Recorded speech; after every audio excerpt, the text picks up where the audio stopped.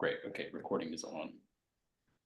Hi, everyone. This is Max, and I'm here today with the European Time Zone Meetup group, and we are going to be discussing two poems, one by Emily Dickinson, one about Emily Dickinson. And the first poem we're going to be talking about is called All the Letters I Could Write, or at least that's the title it's been given, since that's the first line. I'm going to read the poem, and then we're going to open up the floor to discussion. All the letters I could write were not fair as this, syllables of velvet, sentences of plush, depths of ruby, undrained, hid lip for thee. Play it were a hummingbird and sipped just me. I'll read it again. All the letters I could write were not fair as this, syllables of velvet, sentences of plush, depths of ruby undrained, hid lip for thee. Play it were a hummingbird and sipped just me. So as far as people know, this poem was really just written at least twice. There's two versions of it in letters, in correspondence. So it's a poem that appears to be about letters that was also like in a letter.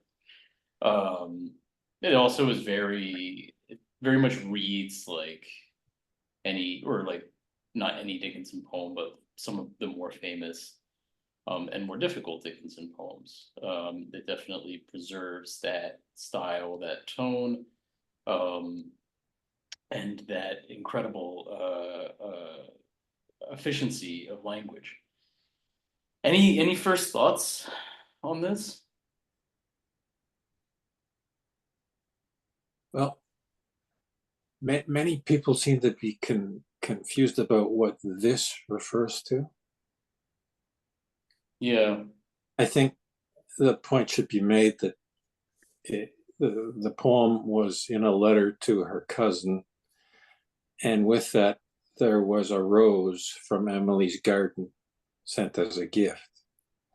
So I think the idea is that this, in addition to referring to other things in the poem, is ostensibly the rose, okay, that accompanies the poem, right? I think it's a good starting point, maybe. Ray, where did you find that she also sent a rose with the letter? In a commentary by a person called Cornfield. Oh, okay. I forget her first name. Okay. But it makes sense, you know. It's clarifying. Very often, this is like a personal correspondence, right? Mm-hmm. And you're sort of left out if you don't know the context. She didn't write this for us. She wrote it for the person that the letter was sent to, right? And the letter went with the rose. Mm. And her correspondent was probably familiar with her garden. Emily was a devotee of the rose in the garden and had a particular type of rose that she liked to grow, and so on. And so her interlocutor, you know, was privy to certain things that we can gain with a little research, I guess. Yes, and I was confused when I was reading the essays on ModPo that everyone was writing about the rose, and I had no idea what that really referred to. And I thought it was because of the hummingbirds that sipped me. The hummingbirds, the bird that sips from flowers and blossoms. Well, I don't think it's just about the rose, because to me, when reading the poem, it felt like there was more than just a rose.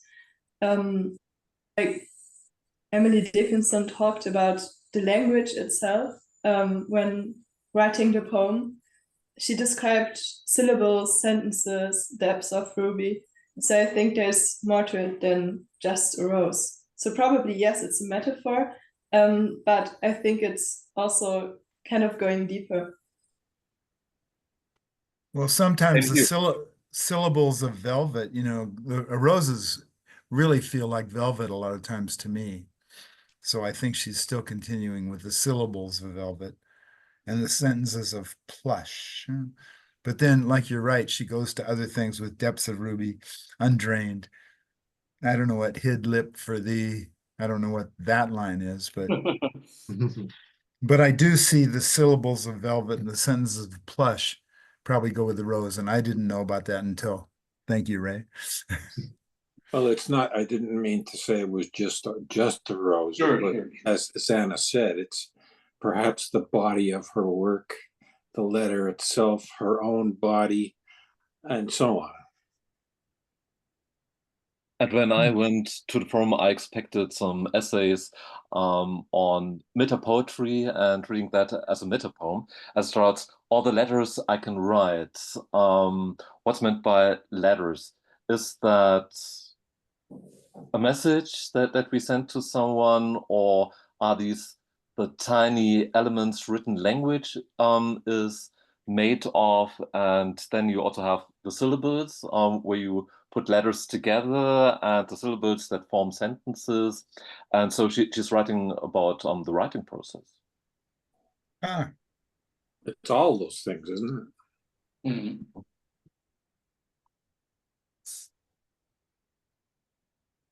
It's really a brilliant selection for a first poem in the course, right? Because you're getting early hints of meta, Yep. For sure. And that you're going to lead on to later on. And then the fair, that could be an allusion to Twelve Possibilities, where she writes about a fairer house than prose. And I'm sure that she has this illusion in mind when she writes about fairness. Oh, with the fair house. The fair house, yeah. Yeah. Yeah, she did like that word, huh? Like, Mhm. What strikes me about it is that the diction of the thing sounds very Shakespearean, doesn't it? That's always the case with Am Emily. I wrong about that? no, I think you're right. Yeah.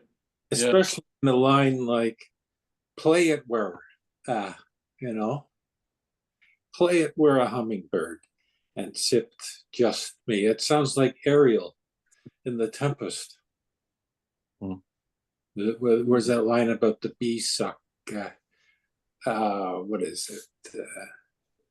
I was trying to put my finger on where I'd heard something like that before. Oh, yes. Ariel's song, where the bee sucks, there suck I, in a cowslip's bell I lie. Mm. You know?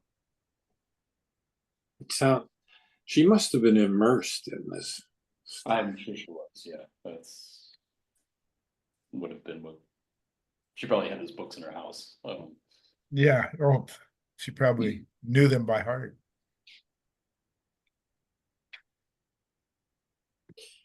So I know she doesn't do a lot of punctuation, but the capital letters, does, if anybody has seen the original, was velvet capitalized and plush capitalized and they are? Yes. Mhm. And hummingbird is capitalized. But why didn't she capitalize me? Just sipped me. Well, she capitalizes me at the end, right? Did she? Well, in the original, you mean? Yeah, Hold on, let me it isn't in mine. So, I mean, Mine. right, it was capitalized then in the transcription. It seems to make it consistent with first line capitalization. It's another thing that's Shakespearean about it, or of the metaphysicals, the metaphysical poets, the capitalization of the nouns. Capitalization of nouns is definitely a And of course, in English. you Germans still do it, right? Yeah, and you can make this a very conservative poem too, because of this language, that it's more like the way people were writing poetry at that time. Um, all the letters that I could write are not as fair as this rose that I'm sending. Syllables of velvet, you know, the petals that are velvet, the sentences that are plush, the rows that are, you know, plush. The depths of ruby is the color. You know, when you talk about something in nature, we were talking about the gray green of that William Carlos Williams mentions. Gray green is such a complex idea of color. So is ruby. You know, when you try to identify, you know, that is that a ruby colored wine? Is it ruby? And as you turn, anything in nature is going to have some depths of ruby. It's going to be, oh, I see that seems ruby. Oh, that's darker ruby. That's more purpley ruby. So and you'll see that in a flower. It's not just a paint swatch. So that's still about the flower. Hid lip for thee. That's, you know, there's, you know, how a rose petal especially does a little trumpeting. And so that makes that lip, so it hides it. And then for the hummingbird, so it could be this very conservative on the surface about the rose poem. That's With interesting, Terry, conservative because most tradition. people go right to the sexual connotation, right? And I've Okay, noted then in we the, can go there. but to me, it could be just as much a nature poem, you know, Mhm. about an Or, yeah. aerial-like creature, a spirit of the air, a sexless creature, you know? Or maybe she's trying to be both at the same time. I don't know. I Or sense me is the that rose. The me is the rose, hummingbird, play it as it were a hummingbird, and sip just me, the rose. So that's why I'm keeping it on that really flat, really how her cousin might have received it. Oh, Emily, isn't she a nice cousin? You're reading the me as the rose, Terry? Yeah, That would be an interesting switch from the this to the me, yeah. if we were to take it that way. I mean, it does seem to invite that reading because I don't actually. So it does seem to be rather clearly on some level about this rose that she's like enclosed in this letter, right? But at the same time, you know, if she wanted to just write some kind of like rose poem or something, I think those last couple lines would be somewhat less cryptic. Like there's something, I don't know if this is just like a Dickinsonianism, but these last lines are just absolutely mysterious and kind of boggling, right? Like, so yeah, syllables of velvet. Okay, so she's doing this extended analogy or metaphor rather, like a comparison of the rose to language and how like, you know, the letters I could write would not quite manage to capture or represent the beauty of this natural thing, the rose. But then she says, "Hid lip for thee, play were a hummingbird and sipped just me." Like that's. Does anybody know what that means? Like I don't have no idea. I guess this is why it's a good. It is why it's like a good poem for the essay assignment, also a good poem for discussion, and also why it's very Dickinsonian because it doesn't. Right, we're talking a little bit about how there's echoes of Shakespeare, things like that. You know, there seems to be a sort of conservative element to it. It seems kind of traditional on some level, but then it also gets really like it kind of breaks down in a complex way at the end. Right, Say, right. That's a really good point, Max, that you know, I can read it, you know, I'm the cousin from the 1870s that doesn't want to think Emily is too whacked out.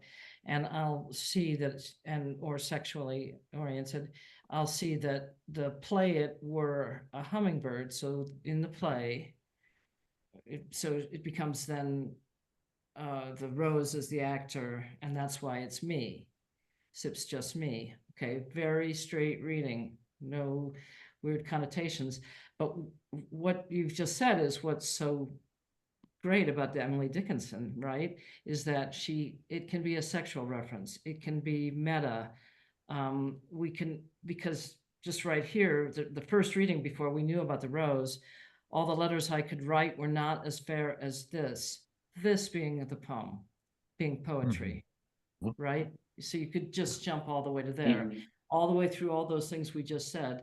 And the indications of it are the last lines and the vagueness of this, as we've said. So it's just, I mean, it became fun for me to be the cousin, the conservative cousin.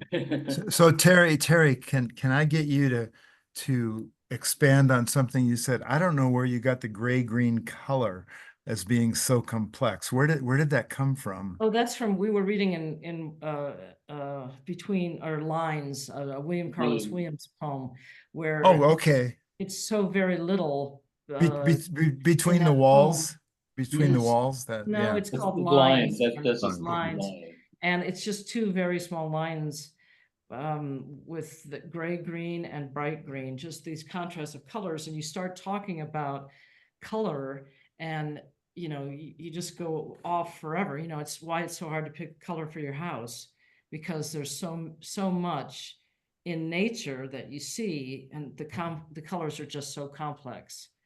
Well, so how did that come in with this all the letters I can write? Oh, okay. I missed that, and I wrote it down. Gray green is such a complex color of nature, and I said, now what did Terry mean by that, and where did she get it? Yeah, but just think of depths of ruby when you think of this red rose.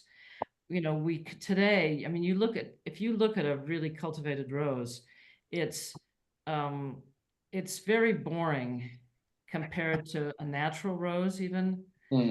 But the closer you get to what a natural rose color from Emily's garden would have been, it would have been so many more colors than what we see in when we're inside.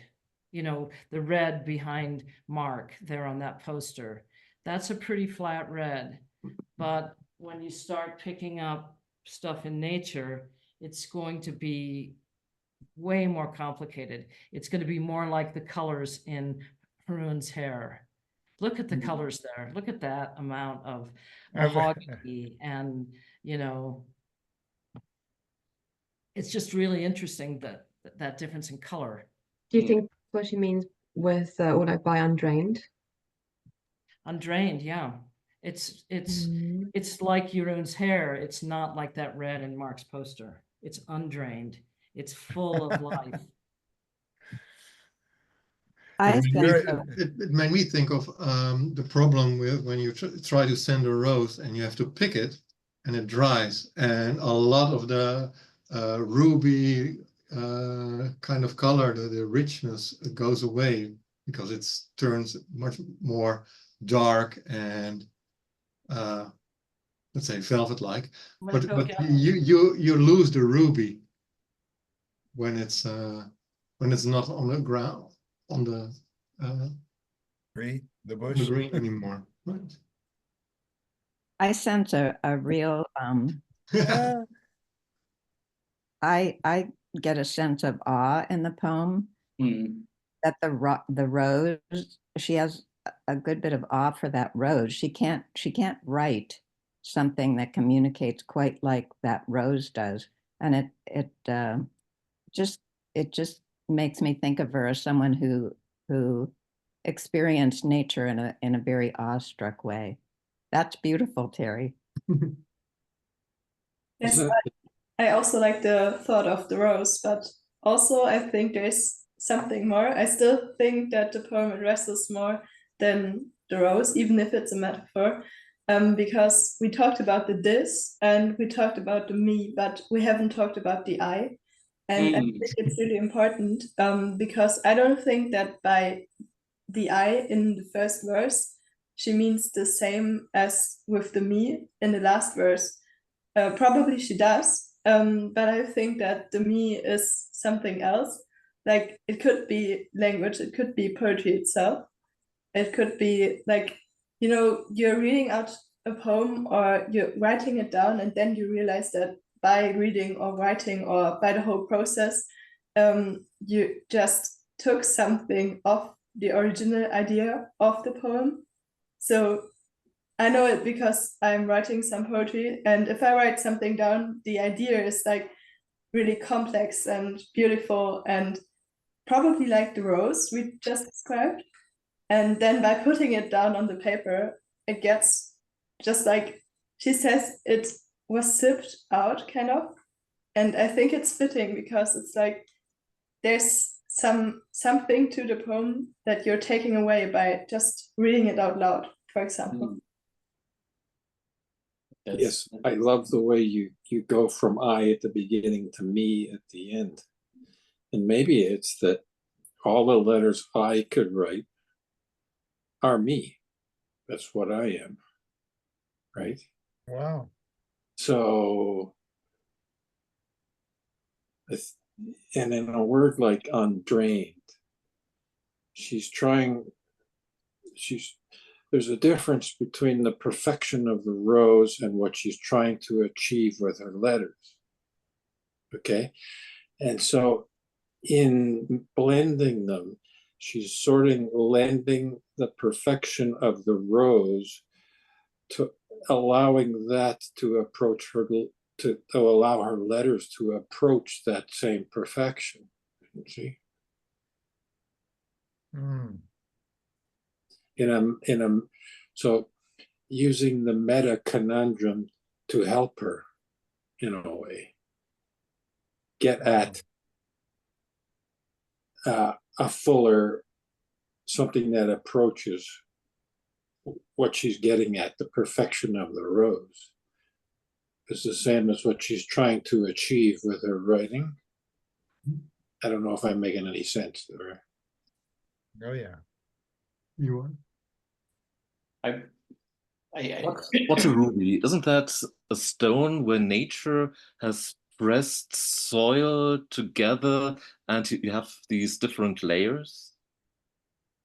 And then you can have a ruby as a symbol for the poem, which has also depth, which has also layers. And I'm still with that metapoetic reading of the poem.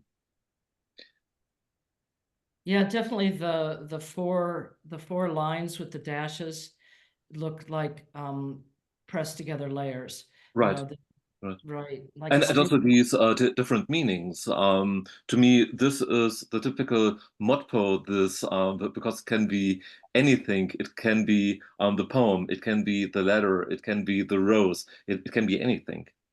Right. Well, that's what happens when you do a close reading of every word, Mm. you know. All of those S sounds are so hypnotic in that layered section in the center, aren't they? Like syllables, sentences, plush, depths. Wow. Undrained. I'm so glad that they selected this poem. I had no acquaintance with it. It's just a miraculous And then poem. also untrained for these many meanings, the ambiguousness of the poem. Yeah, but also all those dashes are only there for those 4 verses. So I think it's also probably like this could be about the rose, but there's deeper meaning to it because there's more than just the rose. So probably it's just meant to be this way because the rose is at the center of the poem, and around it there's more. There's the description, there's probably the link to herself, the link to poetry, the link to language. It could be anything, yes. And also in poetry, you have many two different traditions, the Carpe Diem tradition and also the Carpe Florum tradition, pick the flower. And here she presents us the flower. Play it. Why shouldn't we, the readers, be hummingbirds coming to the rose and sip meaning out of the poet? So me could be rose. Me could be the poet. Me could be the poem, the letter. She's offering herself to the reader in the gift, Right. the rose, and the poem, And the letter. Pick the flower and take the depth and power of language out of it. Take me. Sip just me. I have this idea that the depth of the ruby undrained is also her lifeblood. Yeah. And then when you have this, and then there is the last layer, the last dash is after me. Mm. So that's back to the rose or her Speaking, life. the poem is sipping it, isn't it? Mm-hmm. Terry, did you want to jump in there? Oh, I was really just wanting to ask Anna, between I and me, that they were different things, which we've just said many things that they could be. How does the line hid lip for thee, that's part, those two lines, hid lip for thee, play it, were, how does that, what do those lines do to help your reading? Well, to me, it kind of feels like I is the one writing all of this, but me is something else. And if she advises thee to do anything to hide from something, maybe she's speaking to her own lip, but I think she's speaking in general. And because of this generalization, it's not about I, because the me covers more than just the person who's writing this. So the me is not the author. That's what I'm meaning. So why would it be hid lip? Why would she hide? Why would it be hid or it be lip? That's another it's really ambiguous line. Ambiguity. Yeah. Wouldn't it simply be that the lip of the rose petals, her own lips, she's hidden in the rose, thee for thee. And it might speak towards the exclusivity as well. Sorry, I didn't want to interrupt. Sorry, what I was saying. You can finish your thought, right? Sorry, I think I interrupted you. Sorry, well, I'm just looking at the surface meanings of hid lip for thee. There's the rose petals have lips, right? They're lips. There are the speaker, Emily has lips, right?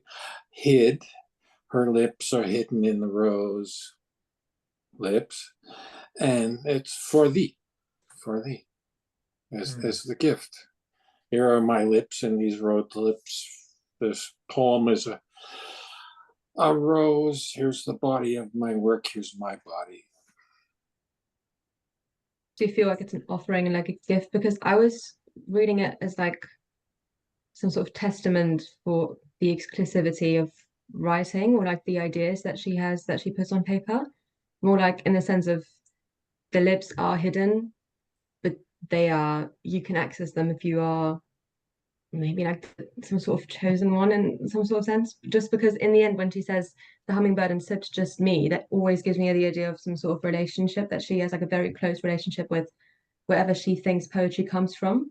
And she does have this very exclusive approach, like you have to do the work to like actually understand the poem and all of that. Right. So that's like what I was maybe taking off that. But I do think it's interesting, even if you don't go as far and say that it's sexual, I think it's still very much like the idea of the relationship that she has with something else. And wherever the rose comes in, or if it's like some sort of genius that she thinks, I don't know, poetry comes from, or if that's actually her, it very much, I mean, it says it sipped just me, just her, there's no one else there. And maybe that's why the lips are hidden, or like at least that's connected in a way. Well, probably it's also about the lips that need to hide, like she's telling them to hide so that they don't give away something. I pretty much follow your interpretation, but I'd like to add that probably she also means that like the poetry should not be given away like a present. It could be like it needs to be treated more like it's something valuable, something, like you said, exclusive.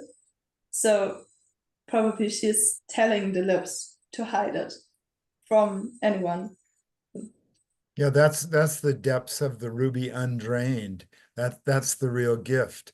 And only curiosity seekers will never find that, you know. But she wants to give it, she wants to send it to her cousin. I wanna look up, read more about that.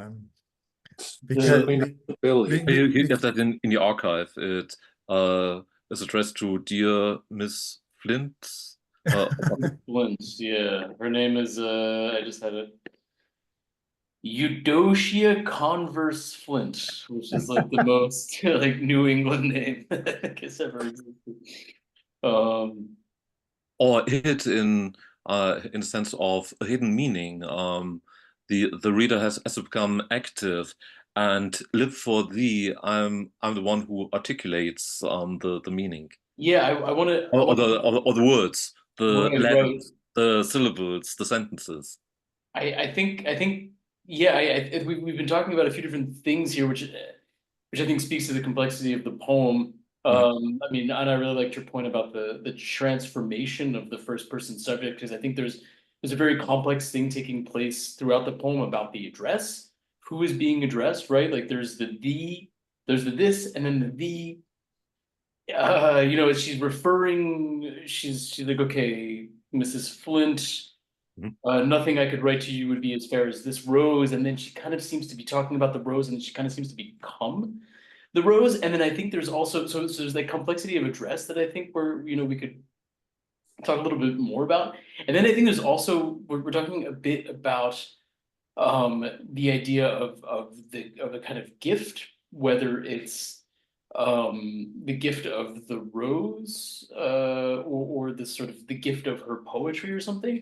But there's this remarkably like this turn at the end, right, where it kind of comes back down to me. It's a very not giving attitude, I think, right? Like I think she's like, oh, you know, nothing I could write would be as great as this rose. And then she says, ah, yes, but you know, if I could hide it away, if these lips could just be mine, and if I could, you know, if I could become this thing and just be sort of, if somehow this came back to me, I think I'm not exactly sure how to articulate it, but I think it's in there. There's this like sort of turn, this like, you know, Gollum from the Lord of the Rings, like my precious kind of thing taking place, right? Where it's like she's like, oh, and if only the hummingbird was me, right? Max, what if, and I'm going to ask Barbara to jump in on this one, if the me is something more like God, or I think, Anna, you said poetry in general, the me is the poetry, and maybe somebody else said it's the muse of poetry. Do you think there's something in the divine, maybe, Barbara? There's definitely, for me, when I read it, a sense of awe, which is connected to something other than this, more than human. But she has for me in the poem, she has a real sense of the rose. It expresses far more than she can. So in that sense, I think she is getting at that in some way, and also maybe getting at poetry as being a reflection of, or trying to be a reflection of that, something that's awe-inspiring, but can't quite have you don't quite have words for it. But you keep trying. So the me could be this attainment, something. I'm going with okay, I got it. Idea. I got it. Something. I got it. Be awe-inspiring. I mean, can you read it as the me is actually, that reference to me is what you're talking about? Me equals. Is she investing the perfection of the rose into the attainment of her poetic effort, so that the I turns into the me of the perfect flower poem construct? Yes, but what if, and I'm going with what Barbara said before, what if the me is something Emily Dickinson can't express herself? So she needs all those metaphors because she can't say what she's thinking, because it's just too complex to put down in any language. And this is why she's describing the process of it, but not the message hidden in it itself.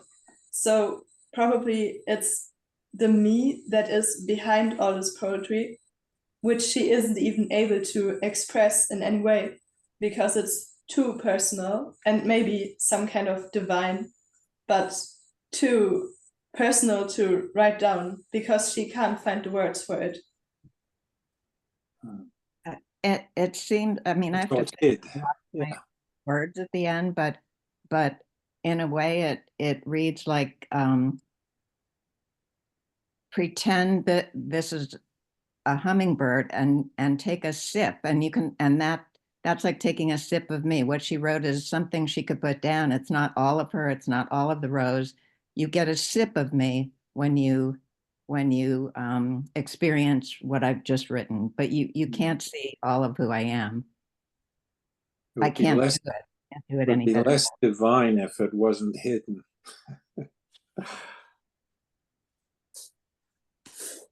And that's that also, sort of more than human part of me, or the part that's inexplicable. Again, back to that sense of awe. and then I'm going to go to the atheist reading where it's just poetry. So the sip of me is art. I am the writer, but the me is all of art. Right. The hummingbird could be the reader. The hummingbird sips from blossoms. Blossoms have the form of lips, and the lips are the organ that articulates language, ideas, concepts, messages. Or the hummingbird could be poetry itself, and the me could be just the whole complex character of her, which is not I, because I is the writer and me is the person behind. But if we said that the hummingbird is poetry, then that would mean that it would be only able to express some little part of her and not all of her or me in that case. I also like this reading of the hummingbird as poetry, as in contrast to the reading of the rose as poetry, because it kind of flips the expectations, right?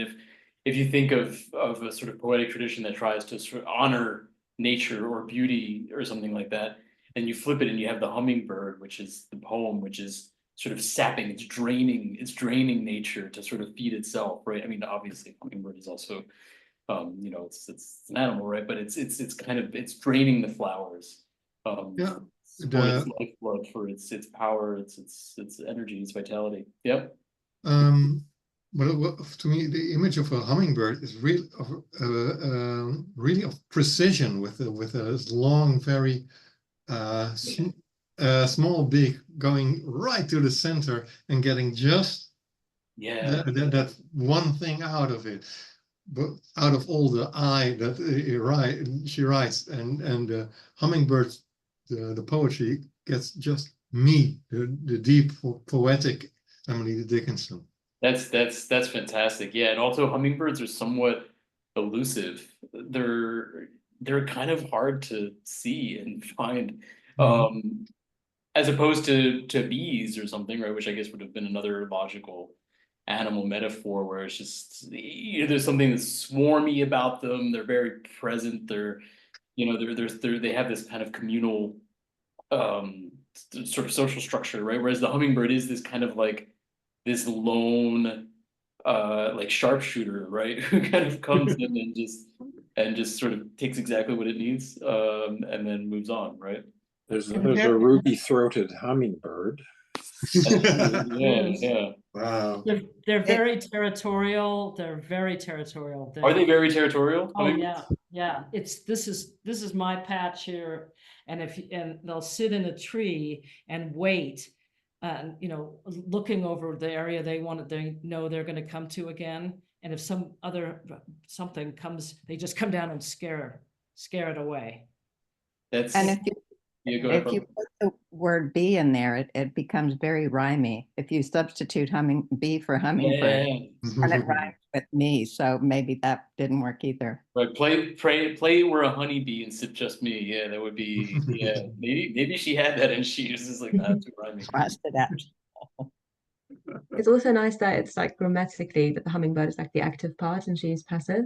And that's like kind of, I don't know, I feel like that speaks to her philosophy of like poetry being like something else or like something divine itself that kind of speaks to her, but that's the active part, and she's just, maybe she's like the life giver because she is in that reading, maybe the flower that the kind of poetry takes from, or that the energy is like taken from, but still she's just passive. She's the one being sipped. She's not doing anything active, even though in the beginning it's like I could write, so there's the active part, but then at the end it's kind of the more mystical, complicated thing. So play it were a hummingbird. So how does that fit in? Like pretend that poetry is a hummingbird or what? Well, it should refer to this, right? If you're just going grammatically, all the letters I could write were not as fair as this. Play it, the same this. That's the only referent. Were it, I mean, so whatever we take this to be, logically you'd put it to the I don't know what it is. Then it's the Yes. play acts as though the rose wrong. Yeah, imagine it, you know. Yeah. And like Al sometimes does in the discussion groups, he says, well, go ahead and repeat this once upon a time. And then And he what has about two. the biographical reading? You said that the hummingbird is a local bird having its own territory. Think of Emily Dickinson. She only stayed in Amherst, so she could be the hummingbird. True, yeah. Which would Next also reading. with her as the, and then again that complicates then the me, right? Or the first person subject where we go from, because then the I, if she's the hummingbird, then that's consistent with the I in the first line. But which then transforms to become this me that's neither the hummingbird. Well, obviously not, because the hummingbird sips the me. It's neither the hummingbird nor the I in the first line. Yes, but he could also be right. Like if we assumed the hummingbird was Emily Dickinson, then the it could be poetry. Which would put the meaning to the whole poem, like poetry being the means of her kind of finding herself. So that poetry is a process of finding herself. And by doing so, she's discovering new parts of herself. So that would fit as well, I guess. So she's being sipped by the hummingbird of poetry, which then so then Emily Dickinson kind of becomes the rose, and it's in a way, or the flower. Is she asking the cousin to play it were a hummingbird? Who's she addressing that? That's what I understand. We need to know a little bit more about Eudocia Converse Flint. And I think deaths are undrained. There are so many meanings.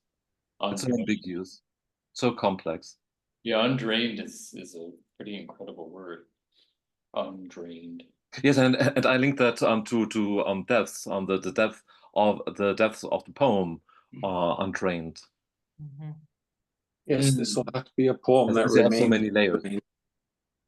But drained is interesting. Undrained is an interesting word because it suggests the possibility or the inevitability of being drained, right? Which is because there's other ways, you don't look at like a big lake and say like, oh, that's like it's so undrained, right? Like it's there's so many ways of describing fullness and vastness and depth that don't require you to talk about undrained. Like there's this idea that it's going to be sipped. It's going to be kind of something's going to be extracted, right? It's almost inevitable, right? The depths of the ruby, like they're not drained yet. And the poem is like a ruby, and we can go on finding new meanings, new complexities, new layers in the poem. Right. They'll never be drained. Said we've made it. I'm going from the bottom up. Me could be poetry. Hummingbird could be poetry. It could be poetry. I'm just going to say possibly the could be poetry. Yes. This could be poetry. Yes. We have like 5 different contenders.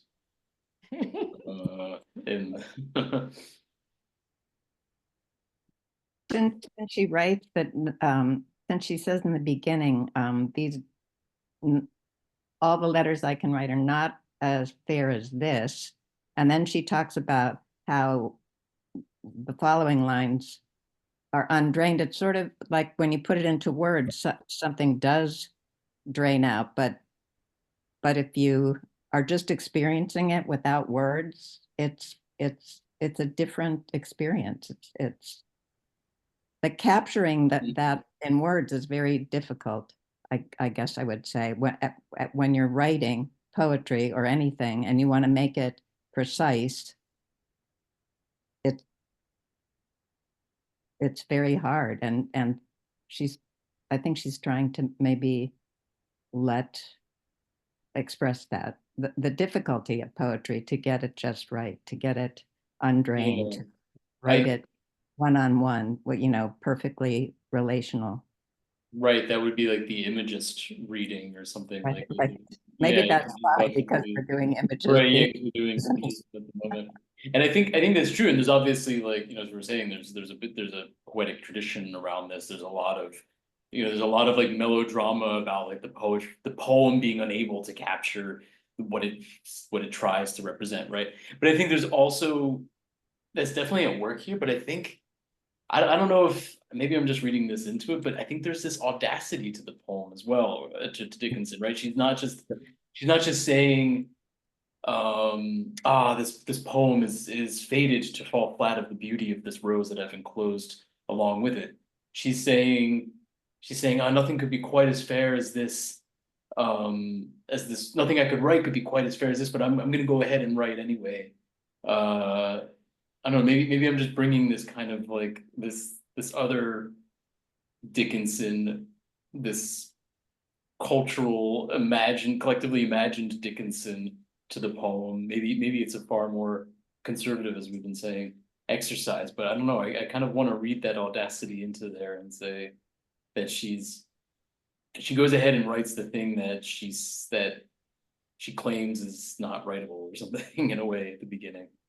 I would agree with that. I think it does have a boldness, and at the end she does say, you can get a taste of me. If I do this well, Yeah. you can still get a taste of me. Totally. Not all of me, but a taste of me, and it's worth it. I'm going to keep trying, because Absolutely. You might not ever get me, but I'm not giving up, and I'm going to keep trying. Absolutely. Well aware of the complicated task she's taken on. So I agree. It's not a defeatist poem. No, because especially because of this sort of resounding expression of the self, of the sorry, bye Anna, we'll see you next time. Thanks for all your contributions. See you in a couple of weeks. Yeah, that was great, thanks. Right, I think is it this assertion of the first person subject at the end, I think really complicates it, or especially the way that she asserts herself, or the me, alongside this complexity of who is who and who's being addressed. In my edition, I have a different word order. I have the Franklin edition of the poems by Emily Dickinson. Well, actually, that's what I also took for Motpo for the assignment. And here it says, and just sipped me, just sipped. It's not just me. That's the other one, and just sipped me. That's the one I was looking at too. And then the stress is more on sipping, and me is also a lowercase m.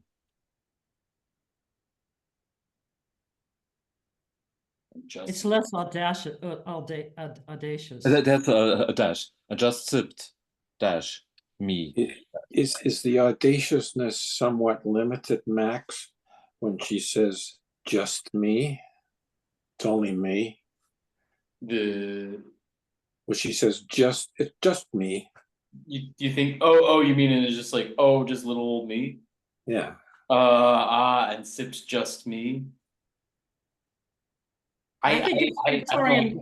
It's Victorian modesty. Yeah, I can't read it as anything other than like than putting herself in a privileged position, right? Not rather than this sort of self-effacing thing. It's like, oh, it's just a little me. Oh yeah, but there's only me, right? I agree that she's done her best to capture the perfection of the rose in her poem. But I think that's all true, and it's audacious in that sense. But it's interesting the choice of just me, as opposed to and just sipped me, which is the other version that Mark was saying he has in his collection. Where I guess the only other change is the could becomes a can, right? All the letters I can write.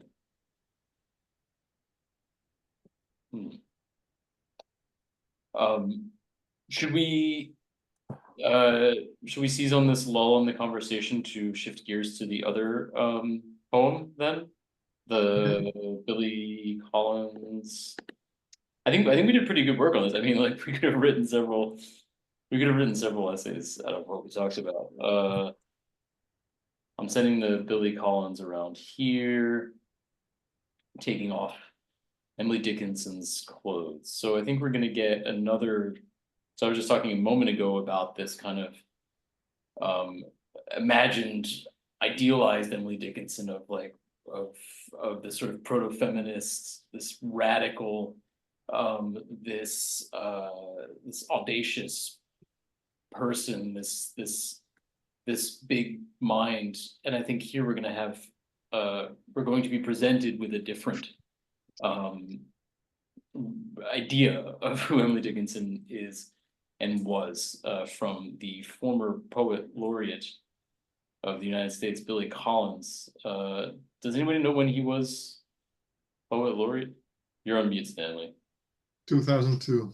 2002. Was that after this? Okay. during Bill Clinton's presidency?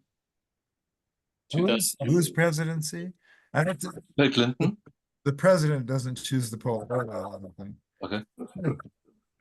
Yeah.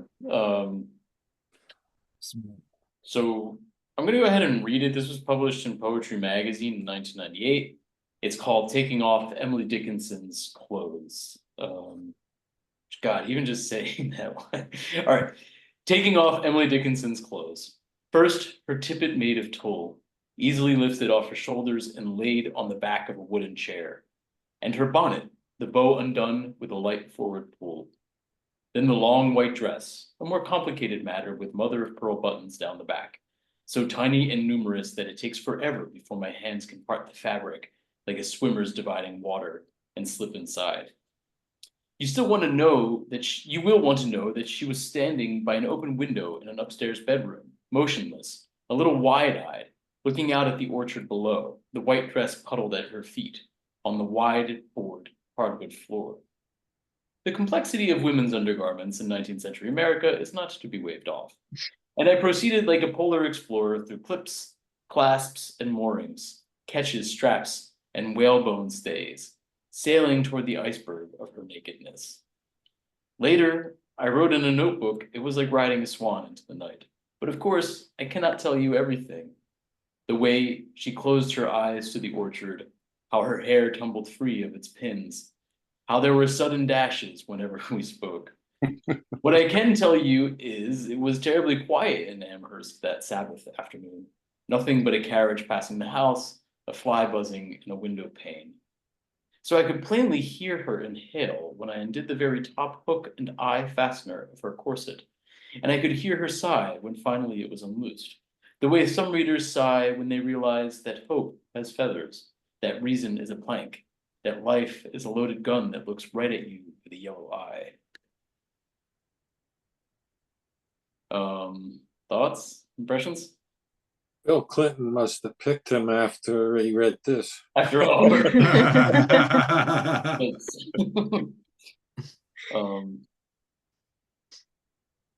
Yeah. It's I don't actually know much about Billy Collins. I know he's a bit of a villain for Modpo. Like I think Al doesn't like him. And that's why he's not on the solos. But, there's like this poem is a product of its time, which I guess is a nice not I mean perhaps it may be overly generous ascription, but it's also he's trying to do something. He's trying to do something with the body of work that is Emily Dickinson and with the cultural symbolism of Emily Dickinson. Whether he does it successfully or not, I guess is going to be what we're going to debate. Any any impressions on this? I feel like it's quite straightforward, at least compared to the other one. Just because it feels very much like he's describing taking off her clothes and it's the reading experience. Like it seems quite easy at first, it's just words, and then you start to actually read it, and then you realize it's more complicated than you thought. And then once you get to the core, and once she's actually like naked in front of you, that's when you realize, oh, there's depth there, and you can hear her like inhale. And then he says in the last stanza, I can hear her sigh, and finally it was unloosed, stuff like that. So I don't know, I feel it's very interesting that the allusions come in so like late in the poem, just because like the last stanza with hope has feathers, reason is a plank, all those like famous Emily Dickinson poems, he could have done that at the beginning because that's like those are the like lines that you know. But instead he chose to do it at the end, which that's the thing I found like interesting when I read it. I think other than that, it's quite straightforward. Just I don't know, that's what I felt like when I read it. Yeah, that's a good point. I think there's perhaps more scattered allusions throughout. Yeah, I mean, probably. Keep It Made of Yeah. Toll is definitely that's from because I got up with that, I think. Yeah. But yeah, you're right. There's this whole To be fair, you also have allusions before a fly buzzing in a window pane. That's true. That's from I heard a fly buzz when I died. Yeah. And But also you the second half have though. the dashes. the When dash. That's she true. talks, there was some dashes. That's true. But all of that is like the second half of the poem. Right. Yeah, right. If you might say that it's sort of a comment on the passion, the way that passion in Emily's time had to be all corseted up and disguised in the way that Emily is dressed here. So Emily sort of had to dress up her passion in the convention of her time somehow, and so he's trying to reveal what she was really talking about somehow. I suppose you could say that for him if you are sympathetic to this effort. I think it's well written, but it's in poor taste.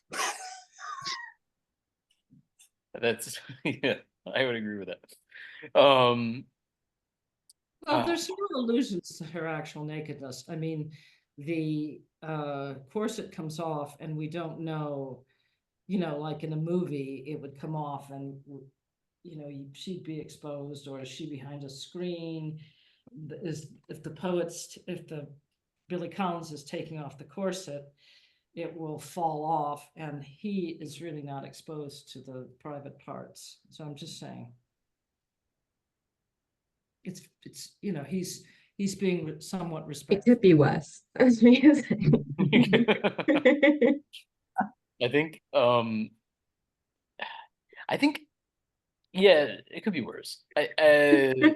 I think there's also there's a slight disingenuousness to the poem, I would argue.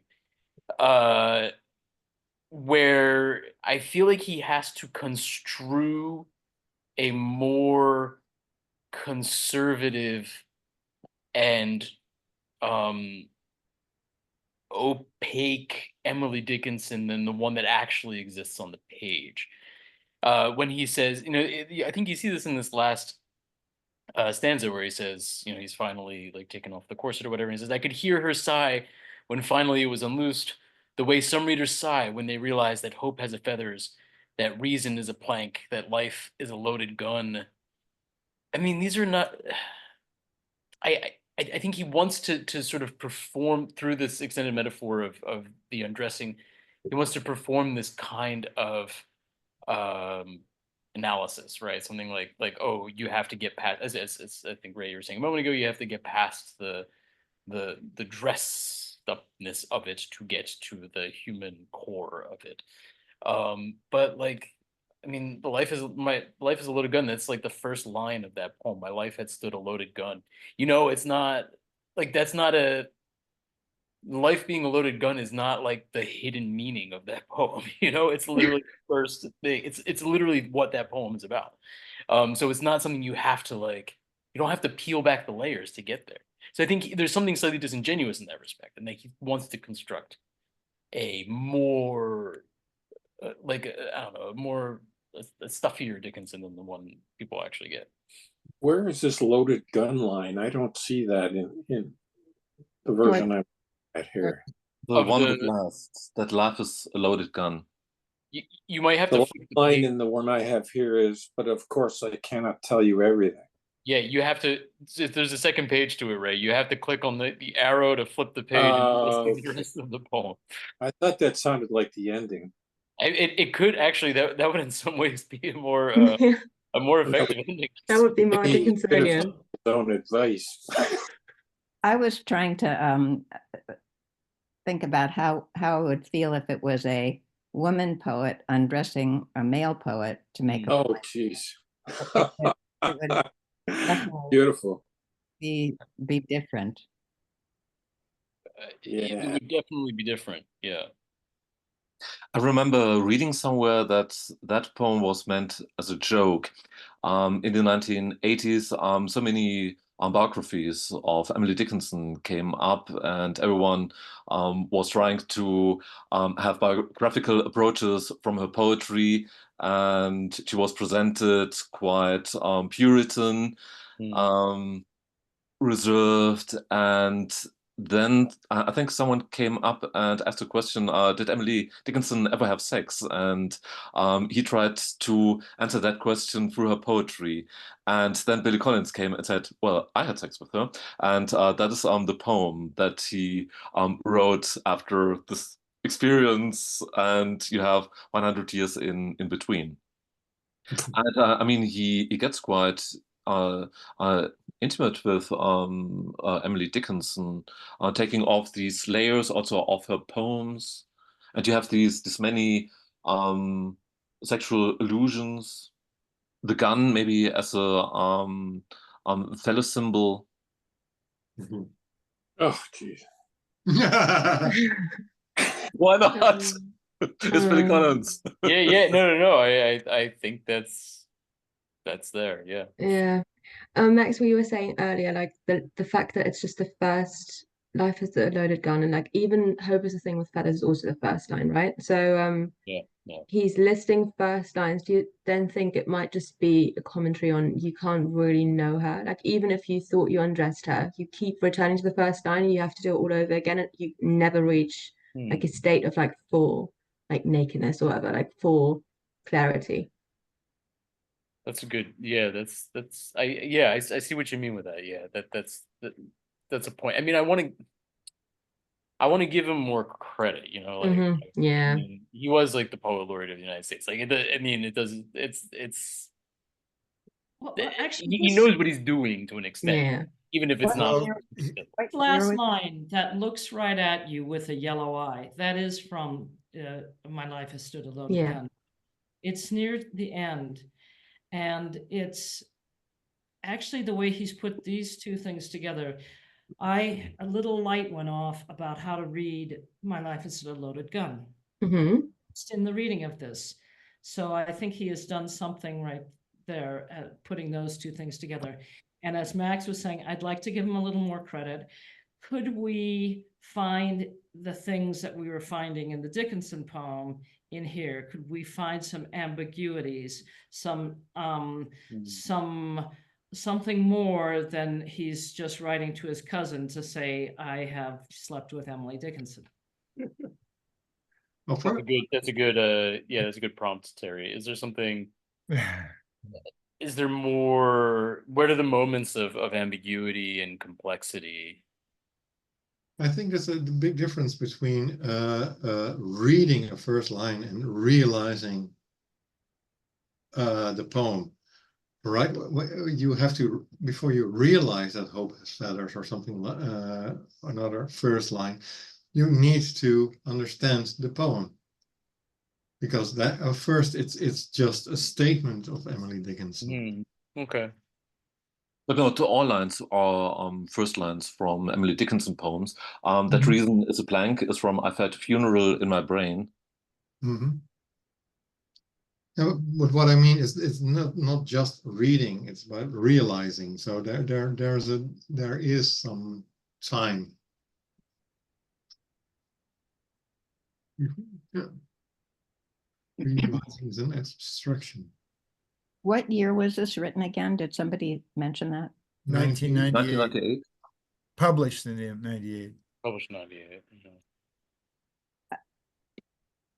Well, about your ambiguities question, Terry, I feel like, especially in the second half, he takes the ambiguities from her poems, or like just he uses hope has feathers, reason as a plank. Those are the lines that you wouldn't understand if you like didn't know where the illusions were, didn't know there were illusions.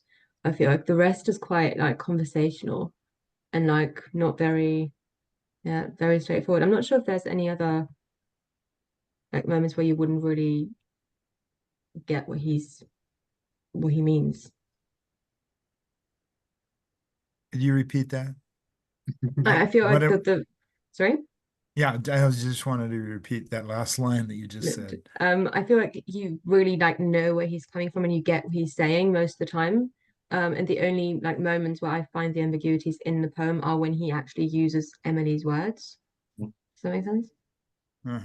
Yeah, that's a good point. That's also the structure of the poem. It starts with something like a biography, and then he switches to her works.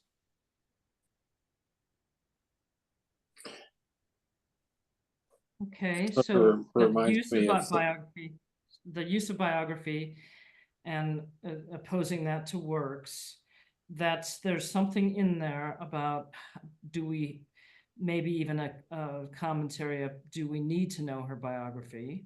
So that's a possible big, a distant view that has more in it than just this cute conversation. Jeroen said the word realize does some of that abstraction of this. Maybe the way he turned some of these things, like there were sudden dashes whenever we spoke.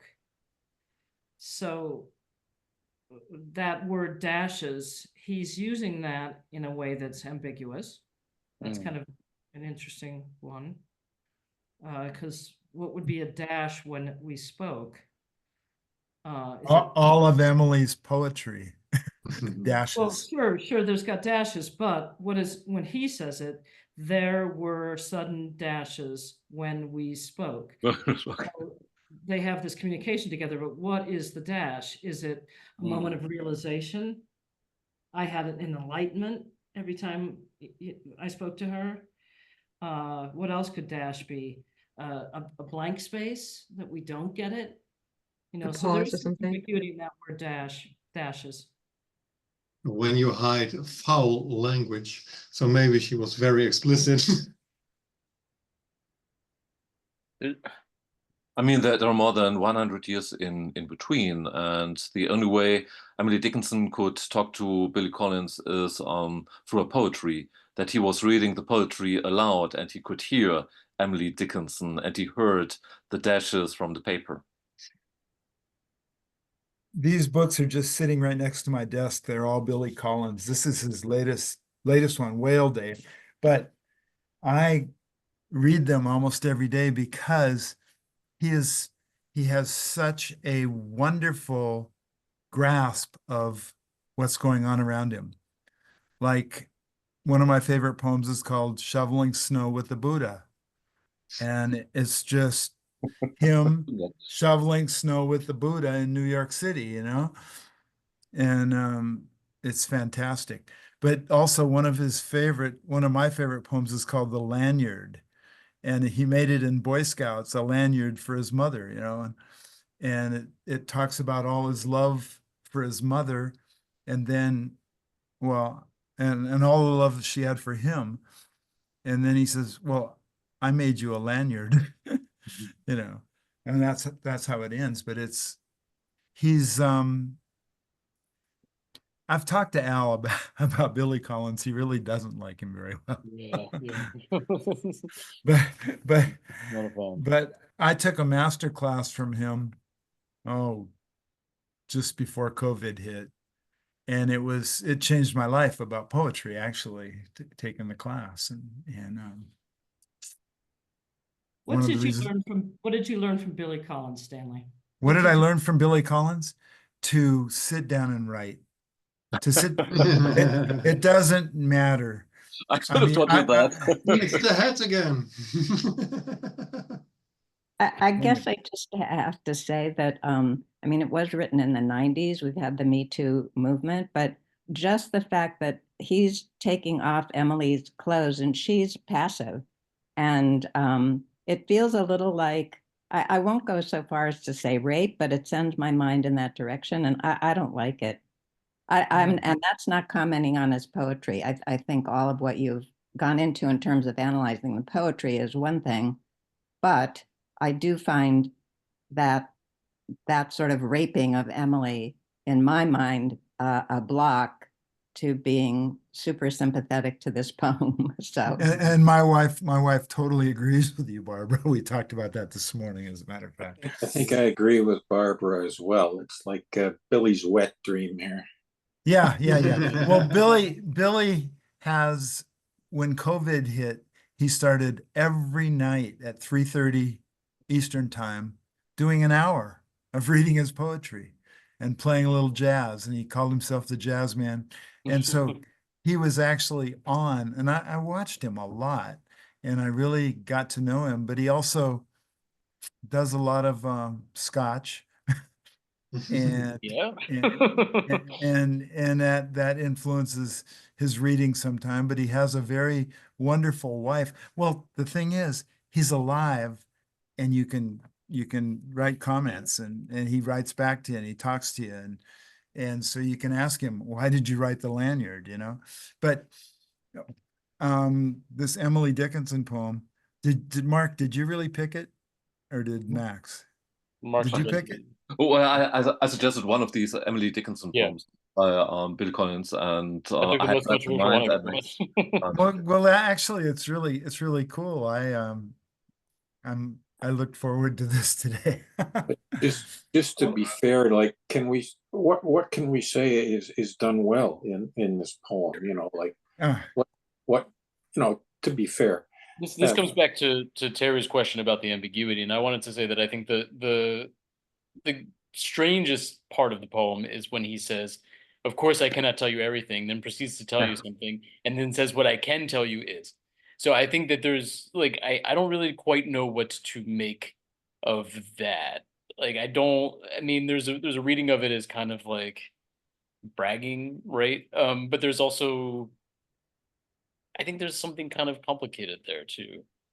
I was looking for if I could find him reading it out loud, and then and the first hit I got with Billy Collins, Emily Dickinson, was actually a small podcast about Emily Dickinson, where he told him told how important she was, and that's he is he's very positive about her.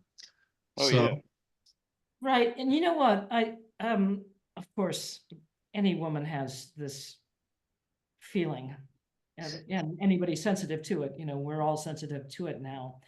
But this kind of writing is fiction.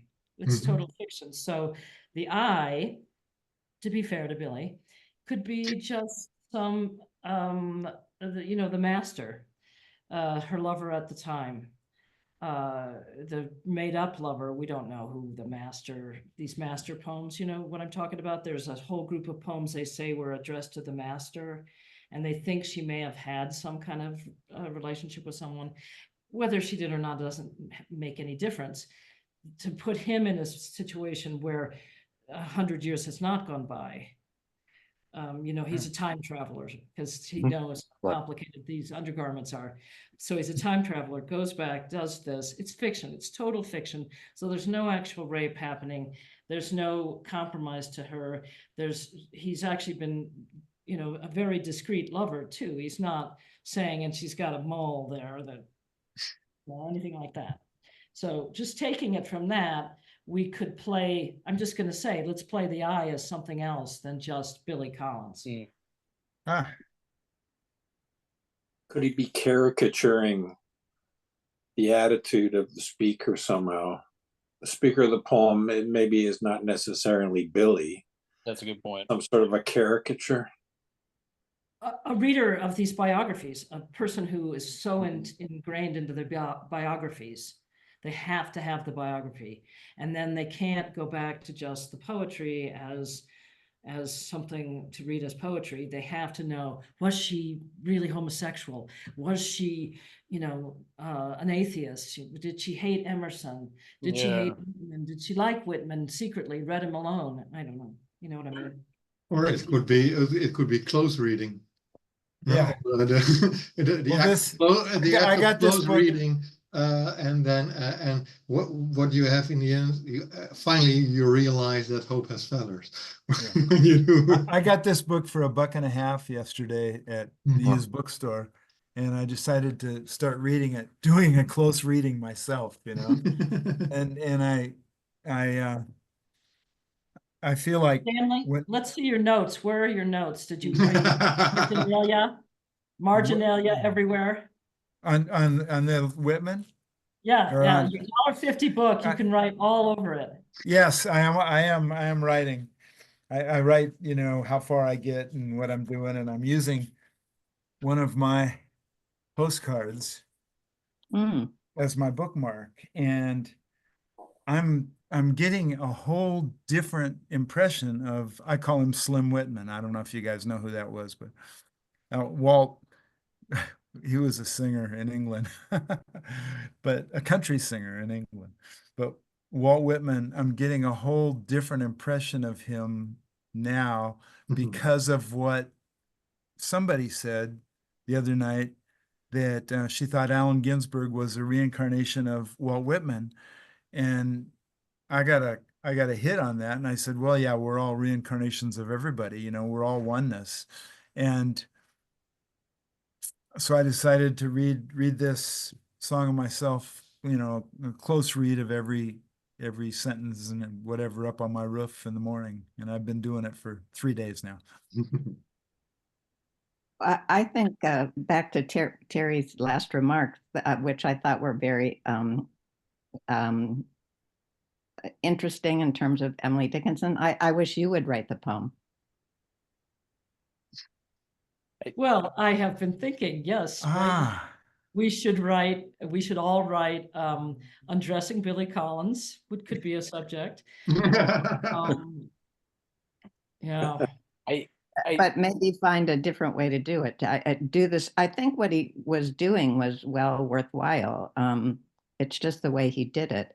It's interesting to write a poem saying, don't predict her from her biography. That's not a good idea. But does this have to be the metaphor, taking off her clothes? Could it be done in a different way? I think all of you writers could do it. I'm sure, because I Yeah, think yeah, we maybe we should have a little homework haiku that we all do before the next European gathering. not all of us. No. I Great think, idea, Barbara. Great idea. but I think Barbara, I think you've hit the crux. I think you've struck on something important here, that there's maybe some value in what he's doing. It's just I think we take issue with the way he's doing it, especially now. Because I think, just to go back to this like earlier point about, is it possible that there's a caricature happening? Yeah, actually, I think I kind of see that. Like, I think that and that helps me make sense of more of the language, right? Like, uh, some of these lines, like the long white dress, a more complicated matter. There's this academic verbiage, or this kind of like distancing a lot, right? This need to catalog the mother of pearl buttons, and then these kinds of telling the reader what they will want to know, and then this need to describe the floor, this kind of this cataloging or recreating of the environment, and then of course this extremely clunky mixed metaphor, so clunky that it must be intentional, in that 1, 2, 3, 4, 5, fifth stanza. The complexity of women's undergarments in 19th century America is not to be waved off, which is again, it seems another send up of a kind of academic rhetoric. And I Right. proceeded like a polar explorer through clips, clasps, and moorings, catches, straps, and whalebone stays, sailing toward the iceberg of her nakedness. It's such a terribly mixed metaphor that, like, if he had submitted that to like a writing class, it would have been like, Billy, this is pretty bad. Like so I almost want to believe here at this point that he's making fun of this attitude, right? The idea that like I shall explore Emily Dickinson, right? And I for a second here, I think this is one of these complex moments where I perhaps we can start to glimpse what he was trying to do.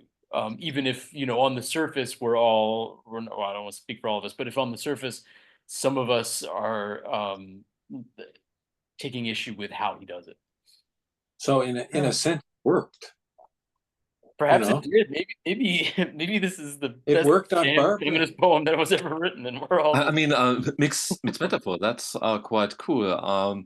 It reminds me a bit of Edward Taylor and Bradstreet, the Puritan writers. They all had these mixed metaphors, and he shows she's not a real Puritan. She wrote years later, and Billy Collins shows us I'm the Puritan. I write in the Puritan style. With these mixed metaphors. Yeah. And then a polar explorer, who's that? Someone who goes into icy areas of the world.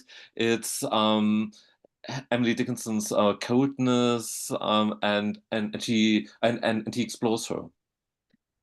Yeah. Bit of Melville in there too, with the whale I bone. was thinking that too. Very 19th century New England. Well, and does Emily Dickinson not exactly do that? Wander off from one metaphor into the next one. Here we're talking about the brain within its groove, and then all of a sudden you're flooding the mills. Yes, and the iceberg. Well, what's an iceberg?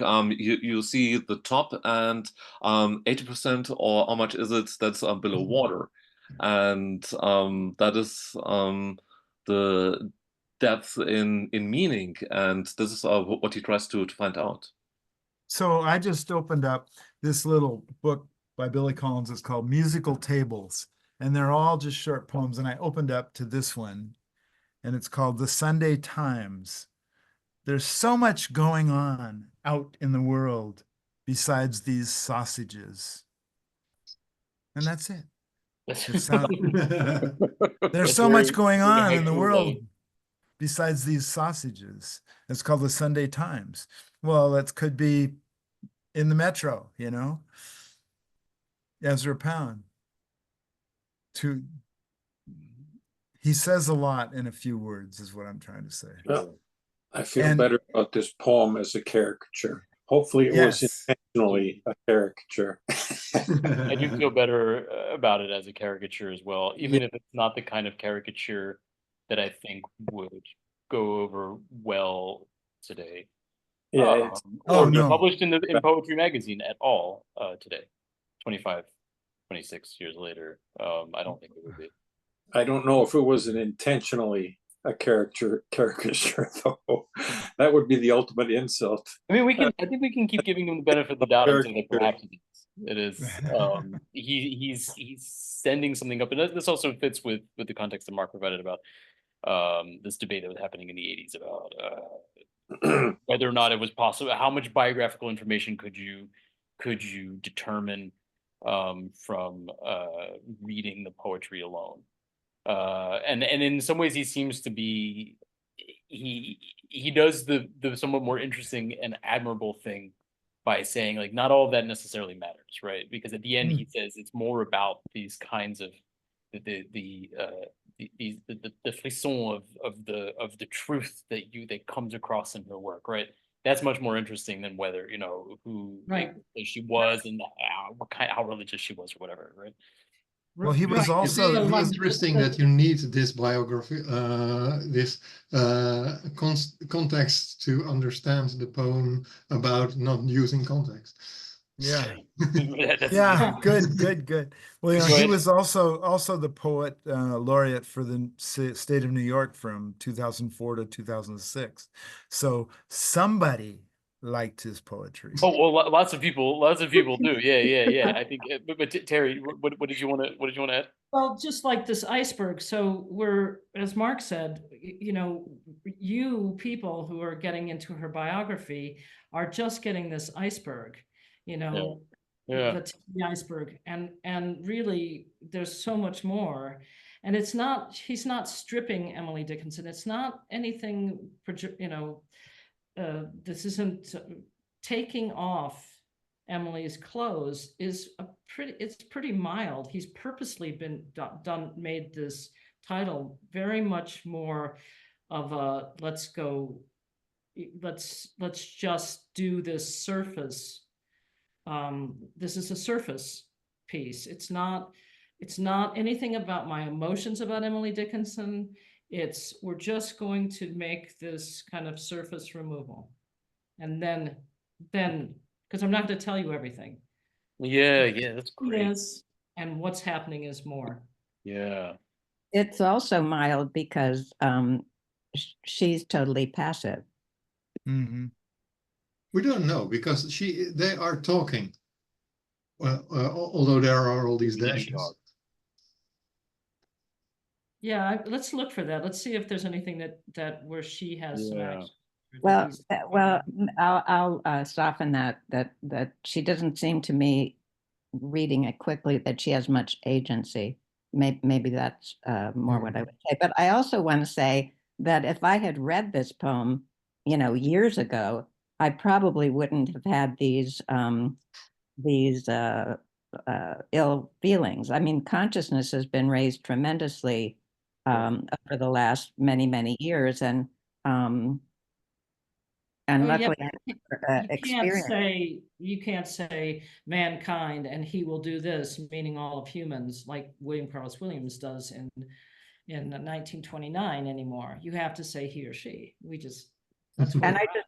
I just think it's important to bring up the ethical issues, but not necessarily throw out the poet. And also, then we all pick and choose how much we want to deal with a poet that doesn't fit our current, whatever. I mean, we all pick and choose. There are a million poems in the world. So if I had read this years ago, I was certainly much more naive, and I wouldn't be bringing up these issues. But I think in this day and age, it's good we do. Well, just like you mentioned to me, 3 months ago, I'm doing research on poets and writing to their spouses or partners, and seeing that all their books really are written to their spouses, the lovers, that's where they get their inspiration. And Barbara mentioned to me, I was going to call it Romeo and Juliet, and she said, "Why don't you call it Juliet and Juliet?" And I said, "Oh yeah, okay, Romeo and Juliet and partners and spouses." And it is, my whole research on that has taken a change because you said that little sentence, Barbara. Stanley, I write a book of poems to my husband for his birthday. That's his birthday gift every year. Boy, Wow. lucky. My- He's lucky. Yeah, and I write this, and it's an audience of one. Yes. Yes, my wife does the same, and I do the same. I try to, yeah, we share. We've been together 40 years and we're still growing, so. But Barbara, I can agree. I just learned who Billy Collins was just before COVID when I took his master class. I didn't know who he was. And I remember asking Al, "Who's Billy Collins?" And he says, "Oh, we don't do much about it." We don't talk about it. Okay, so here she is. She's a little wide-eyed. So you will want to know, that reader of only biographies, will want to know that she was standing by an open window in an upstairs bedroom, motionless, a little wide-eyed. But then she's actually in the present looking, the continuous present looking, the gerund, looking out at the orchard below. The white dress puddled at her feet, of course, then she becomes passive again. Right.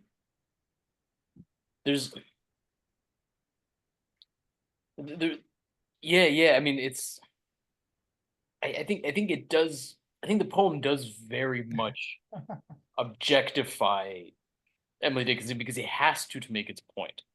And so there's no really way around that. And it's not to say, like, I think we can zoom out of the discussion and,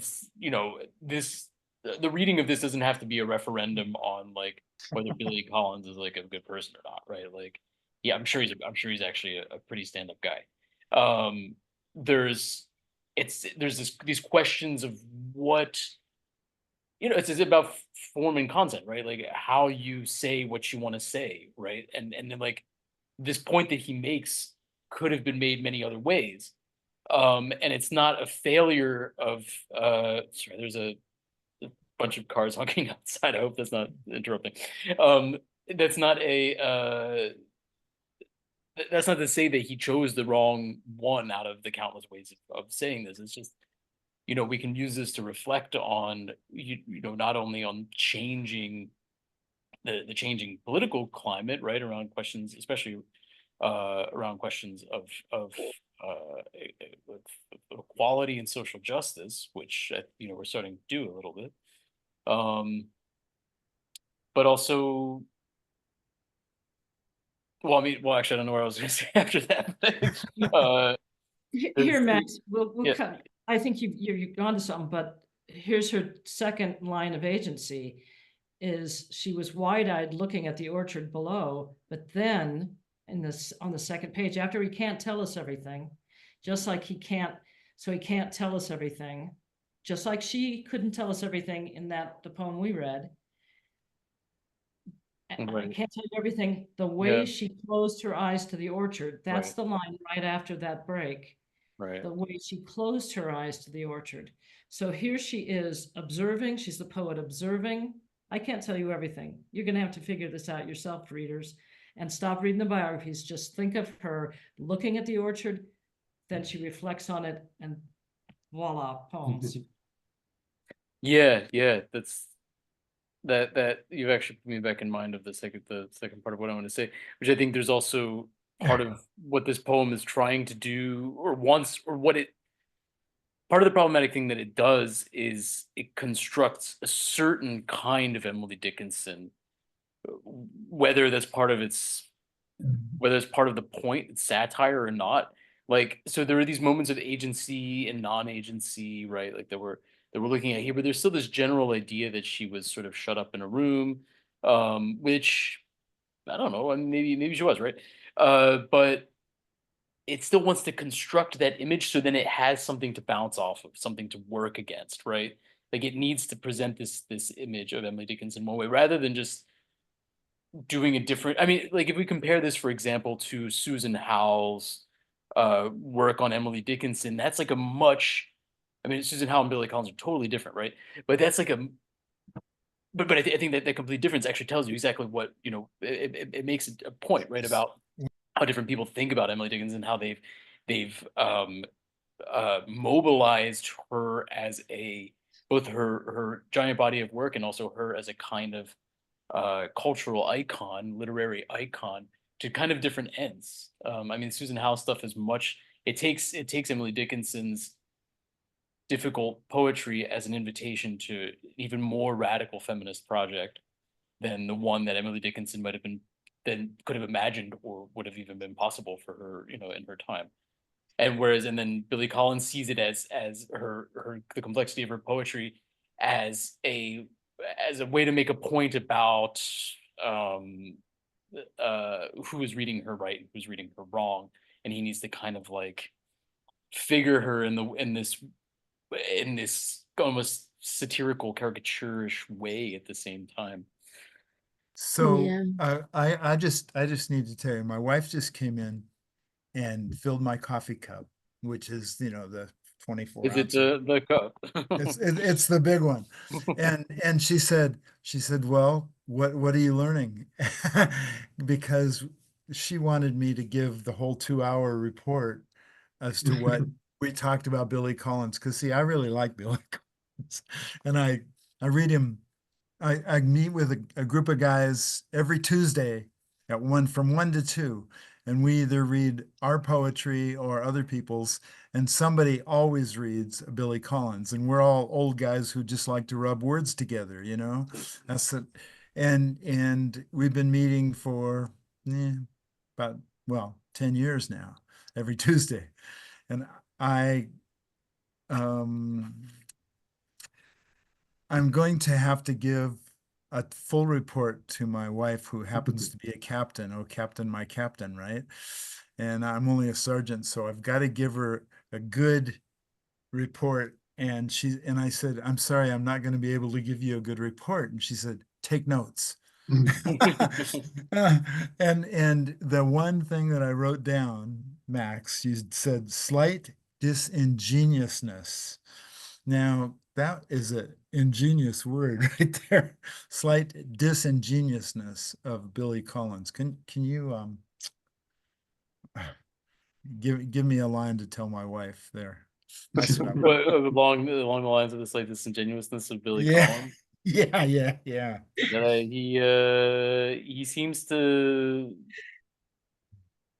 to have had his heart in the right place, but wanted to also seem like a smart guy, so he kind of he dupes the readers ever so slightly in order to gain that upper hand on them. But yeah, I mean, lots of people do that. I mean, lots of writers do that. I mean, like, that's what I meant to say. It wasn't. Oh, okay. Well, And justification for the use that we're all taking a little bit of cringe to is Max started this very discussion with the with the phrase body of her work. That's true. You're right. But thank you, Terry, for also bringing in cringe. I think that's actually very useful. Yes. We didn't talk Those about that. I'll use those too. I Cringe is, mean, yeah.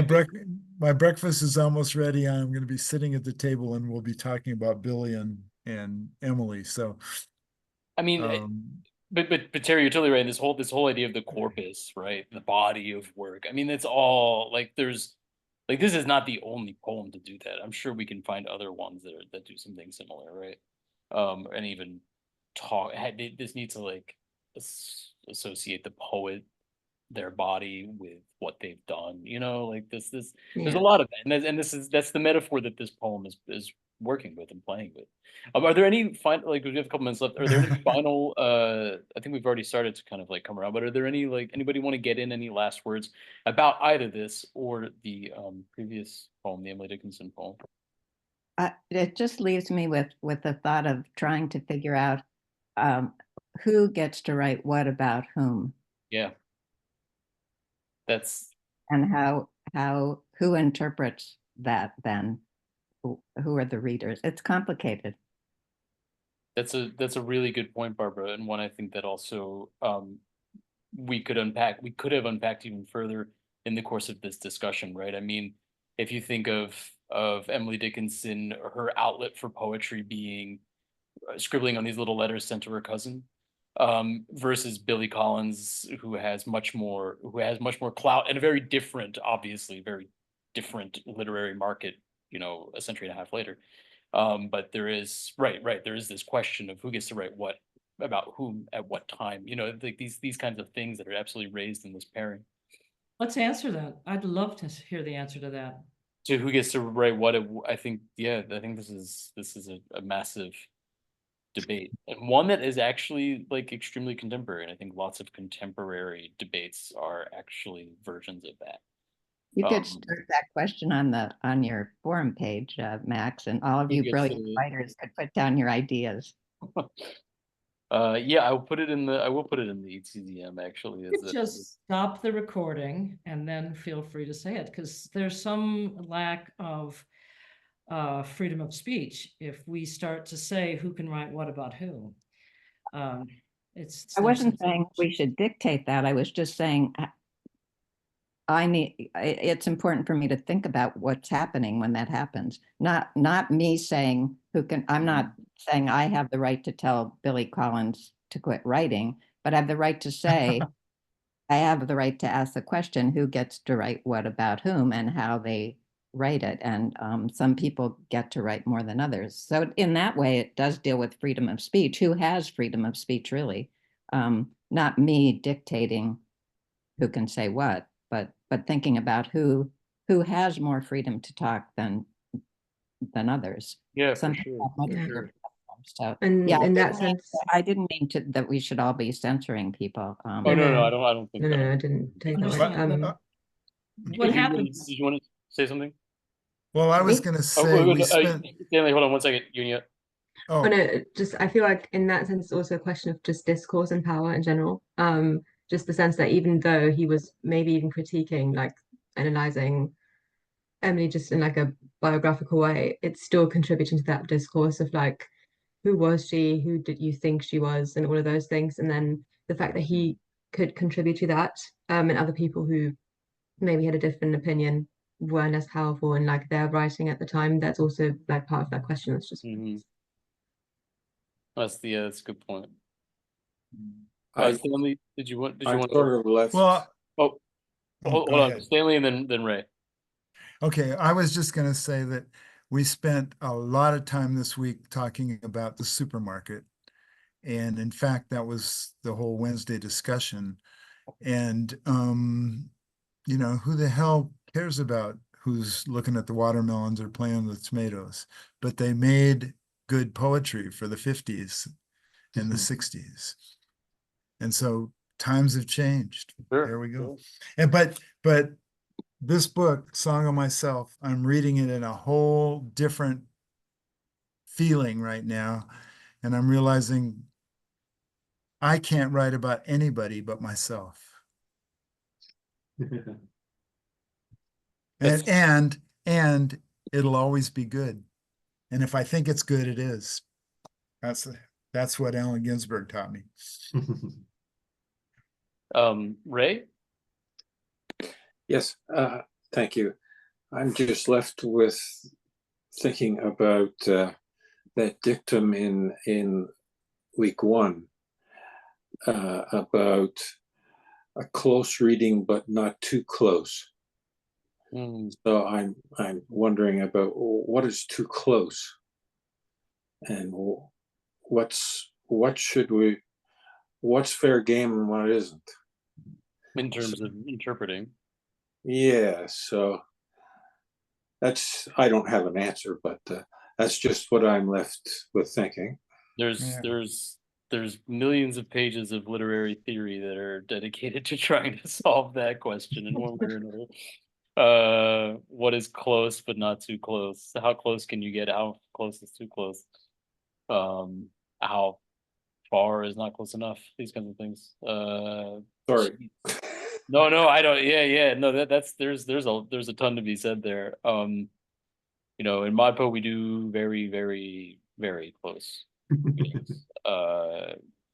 Closer. I'm not saying too close, but closer than lots of other people do, which has a lot of value in some ways. Well, Stanley did just answer the question, Barbara, too, that you're really only ever writing about I. So Billy Collins is really, and he uses the I right in it, in that poem. He's only writing about I. It's only his perspective. And that's all it is. He's not really writing about Emily Dickinson. He's writing his response. True. Yeah, that's true. But art has an impact, so I think there has to be some consideration about content. It can be used as propaganda. In Nazi Germany, who was the artist who used the filmmaking for extraordinary propaganda, which led to which helped support the Holocaust. So I don't think you can push that aside. But I don't think that about control over people and what they say either. It's a complicated question. That is another of yes, the many complicated questions we're alighting on at the end of this discussion.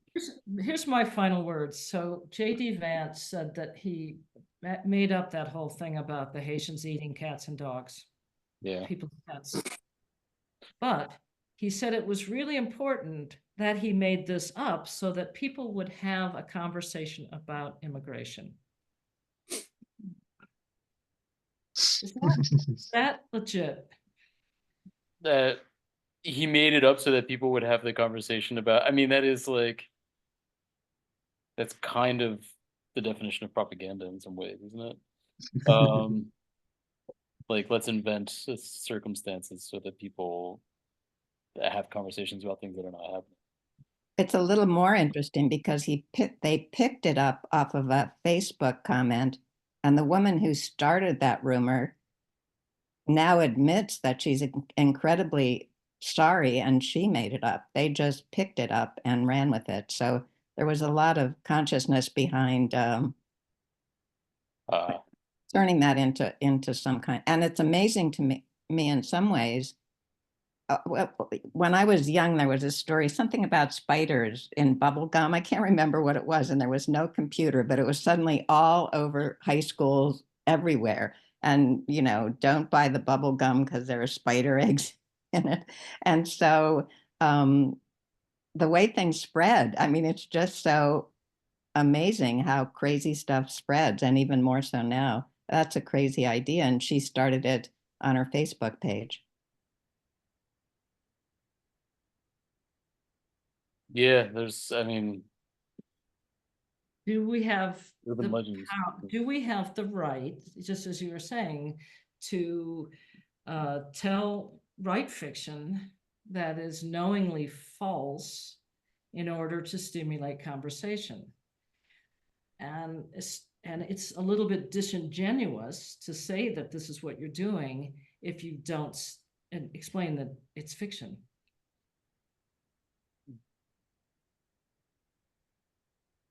That's the meaning of the word disingenuous. Yeah. Yeah, and Max used disingenuousness, which was adding another dimension to it. And that's what slight disingenuousness. Another syllable. Yeah. We have to close read Max. Yeah, not too close. On that note, that was a fabulous last line, Barbara. I'm going to stop